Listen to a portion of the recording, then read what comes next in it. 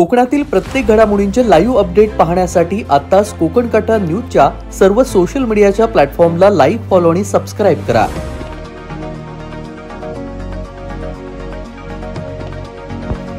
मंडणगडमध्ये मुसळधार पाऊस, बिंगळोली bus depot आणि शासकीय रेस्ट हाऊस रस्त्यावर पुराचं पाणी, तालुक्यात जनजीवन विस्कळीत।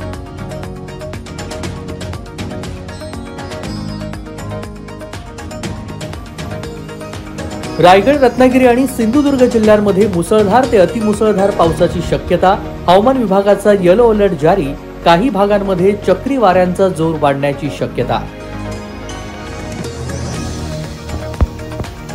खेडमधील कशेडी गावातील धडकी भरवणारा पुराचा व्हिडिओ समोर, भात शेतीचं प्रचंड नुकसान भरपाई देण्याची शेतकऱ्यांची मागणी।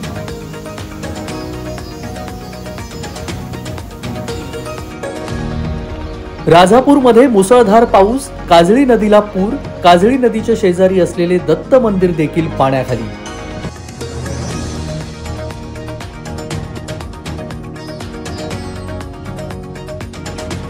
खेड कशेडी बोगद्याजवळ दरड कोसळली, मुंबई महामार्गावरील वाहतूक एकाच लेनवर, दरड हटवण्याचं सध्या काम युद्ध पातळीवर सुरू।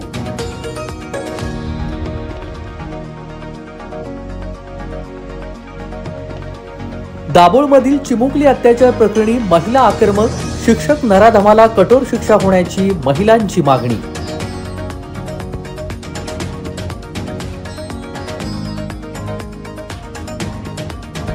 संगमेश्वर बाजारपेठेमध्ये पुराचं पाणी, जनजीवन विस्कळीत, मेढे गावामध्ये घरावर दरड कोसळली, घराचं मोठं नुकसान, तर सुदैवानं जीवितहानी मात्र टळली।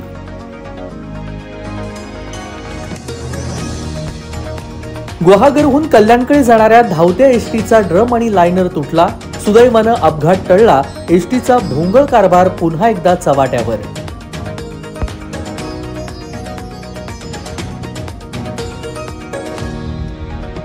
दापोलीत खड्डे, बुरुंडी नाक्यात खड्डे, रिक्षा व्यावसायिक आणि नागरिक त्रस्त, खड्ड्यांची दापोली का, नागरिकांचा प्रशासनाला सवाल।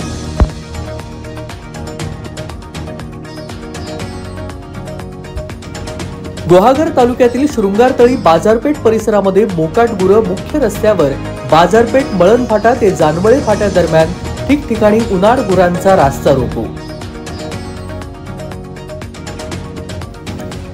गाडीसहित खेडच्या जगबुडी नदीमध्ये अडकली महिला, स्थानिकांच्या मदतीने महिलेला बाहेर काढण्यामध्ये यश।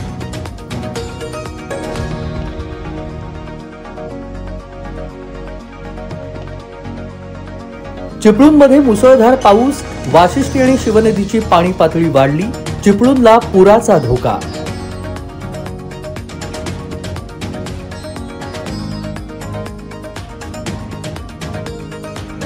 दापोली तालुक्यातील हरणई बंदरामध्ये बंदी असून देखील अवैध मासेमारी सुरू, स्थानिक मच्छीमारांमध्ये तीव्र संताप, नियम फक्त आम्हालाच का, स्थानिक मच्छीमारांचा सवाल।